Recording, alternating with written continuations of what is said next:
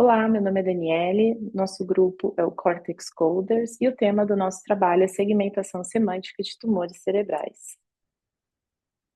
Esse é um problema de segmentação binária que permite fazer a detecção de tumores em imagens de ressonância magnética. O objetivo é segmentar a região de interesse, discriminando entre as classes tumor e não tumor. Para isso, a gente faz a classificação de cada pixel da imagem. Esse tipo de problema tem o potencial de acelerar e facilitar a detecção de doenças em estágios iniciais, possibilitando, assim, melhores chances de tratamento para os pacientes. O conjunto de dados que nós utilizamos nesse projeto, ele faz parte de um projeto chamado TumorSeg Computer Vision. As amostras, elas já vêm divididas em treinamento, validação e teste, e as classes, né, classe 0 não tumor, classe 1 tumor. Nós podemos ver aqui na distribuição das amostras entre os diferentes conjuntos de dados que já as amostras estão balanceadas, né? No total nós temos 2.146 imagens no formato JPG e cada conjunto aqui de dados ele acompanha um arquivo JSON, né, com anotações no formato de segmentação COCO.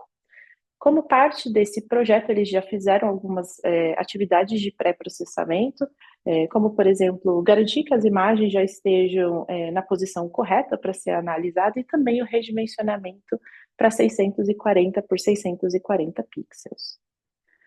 Nós iniciamos fazendo, então, a exploração visual, onde nós podemos ver que as imagens, elas foram... nós temos aqui diferentes planos de aquisição, plano axial, coronal e sagital, e o arquivo de anotação, ele traz aí diversas informações sobre a imagem, como o nome do arquivo, a data de captura, trechos sobre as categorias disponíveis. Então, nós temos uma categoria do tipo tumor, que se divide entre classe 0, não tumor, e classe 1, que seria tumor.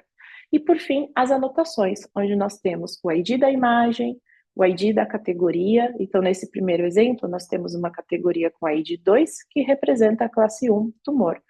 E aí, os detalhes da faixa delimitadora, qual é a área e o contorno do objeto, que seria aqui a segmentação. A última etapa de exploração foi visualizar essas imagens com as anotações correspondentes. Então, nós vemos aqui no topo exemplos de imagens com segmentações que pertencem à categoria tumor e na parte inferior, exemplos de imagens cuja a segmentação é da classe não tumor. Eu vou passar para o Alan agora, que vai contar um pouco sobre as etapas de treinamento do modelo. Olá, pessoal. Bom, falando sobre a implementação do nosso baseline, a gente utilizou a MASC-RCNN, que se dá por Region Based Convolutional Network, junto com a ResNext, que é uma variante da ResNet, junto com o Feature Pyramid Network, que é responsável por treinar, né, diferentes escalas e descobrir os objetos em diferentes escalas e melhorando a performance do modelo. Aqui, como parâmetro de treinamento, a gente tem um número de épocas de 3.300, a taxa de aprendizado de 0,0001 e número de imagens por lote de 2 e o limiar de confiança de 0,6. O framework que a gente utilizou foi o PyTorch, junto com a biblioteca Detectron 2, que foi implementada, é open source, mas foi principalmente implementada pelo Facebook. A métrica de avaliação é a MAP 50. Aqui são algumas outras métricas de resultado do nosso baseline. À medida que a gente vai aumentando o número de épocas, a gente consegue ver que a métrica de loss ela vai realmente diminuindo. A parte de class accuracy, a gente tem um aumento bem grande, né? Logo no começo. Isso a gente acredita que se dá porque essa classe é medida através dos pixels, então o tumor ocupa uma área menor da imagem. A gente tem um total loss que vai diminuindo também, e o mask loss que também diminui. Aqui, como resultado do nosso baseline também, a gente tem algumas imagens aqui na parte direita do slide.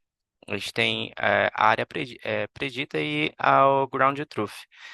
Então, o MAP 50 ele vai medir um pouco da intersecção, né? Então, ele considera como um resultado verdadeiro as predições que acertam a classificação e também tem uma intersecção entre o bounding box predito e o bounding box do ground truth maior do que 50%.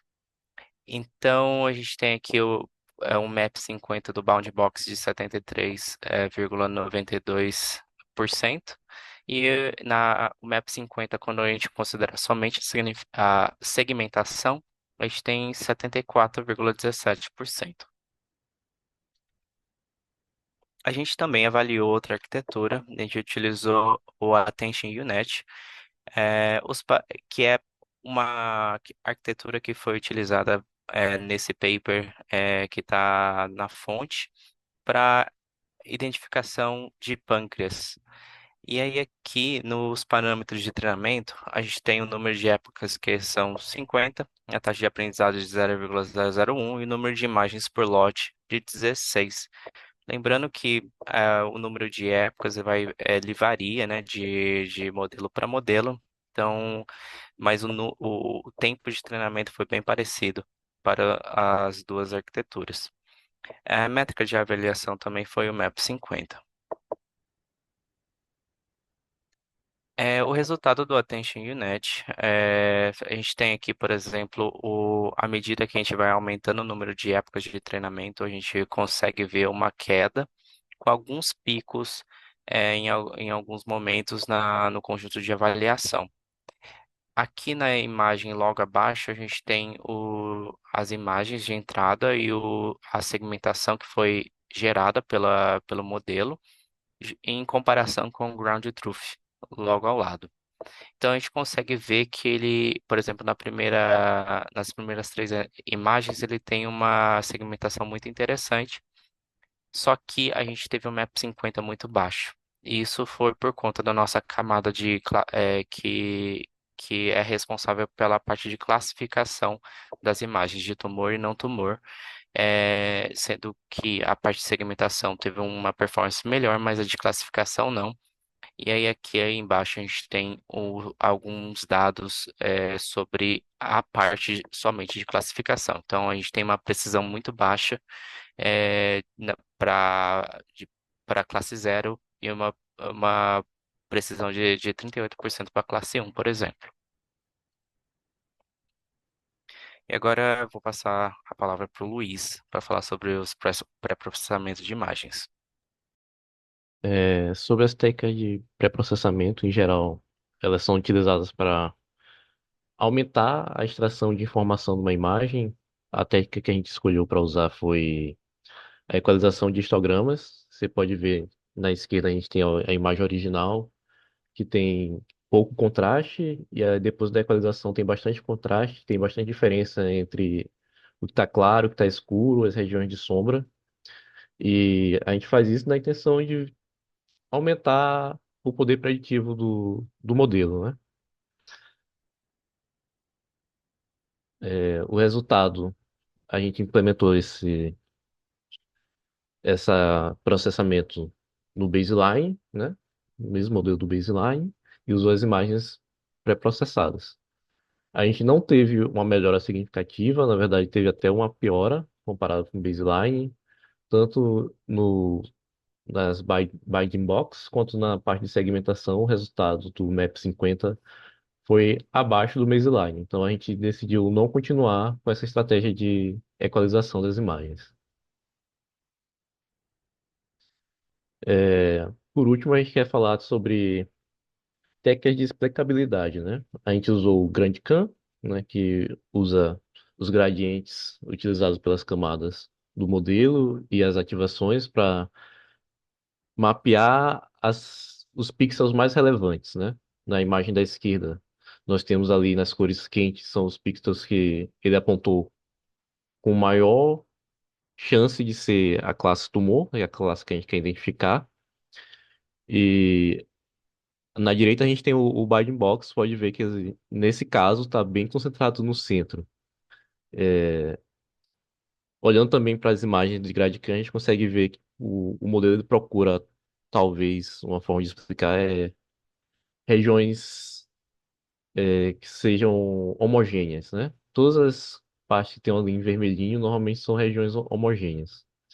Para esse primeiro caso, onde não tinha tumor e ele classificou ali, é uma região também bem homogênea, pode ver que bate com os outros casos, mas não era uma classe de interesse para essa situação. É, sobre as oportunidades de melhoria, né? O que que a gente poderia fazer ainda a partir desses modelos que a gente chegou, para as conclusões que a gente chegou? Primeiras coisas que a gente poderia fazer é tentar outras técnicas para melhorar a classificação da arquitetura Attention e o NET. A gente viu com os parâmetros que a gente tinha, não conseguiu chegar no resultado satisfatório, nem perto do baseline. Então, tentar aplicar outros processamentos, ou alguma outra arquitetura da rede, alguma nova informação para ver se o modelo consegue extrair melhores informações.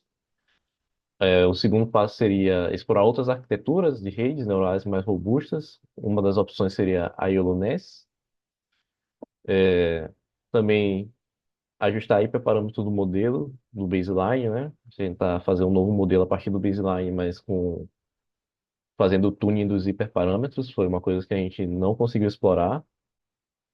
E por último seria adotar técnicas de image augmentation, né? Seriam mais técnicas de pré-processamento de imagem para aumentar a quantidade de dados e fazer o modelo aprender situações diferentes. Essa foi nossos resultados, foi a nossa exploração. Aqui ficam nossas referências bibliográficas, se quiserem os notebooks que a gente usou como referências, repositórios, textos. Agradeço a atenção e acho que ficamos por aqui.